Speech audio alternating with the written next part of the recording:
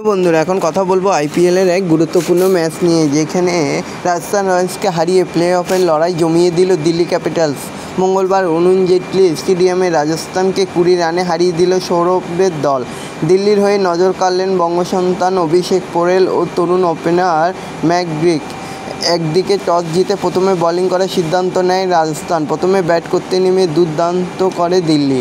তো বন্ধুরা, এরকমই সব আইপিএলের খবর জানতে হলে আমার চ্যানেলটিকে অতি শীঘ্রই লাইক, কমেন্ট, সাবস্ক্রাইব করতে ভুলো না ও বন্ধুদের মধ্যে প্রচুর পরিমাণে শেয়ার করে দাও, যাতে আমার 4000 ঘন্টা ওয়াচ টাইম খুব শীঘ্রই পূর্ণ হয়ে যায়। বন্ধুরা, এখন কথা বলবো এই ম্যাচের গুরুত্বপূর্ণ কিছু হাইলাইট খবর, যেখানে জয়ের ফলে পুরোপুরি প্লে অফের দৌড়ে চলে এলো দিল্লি।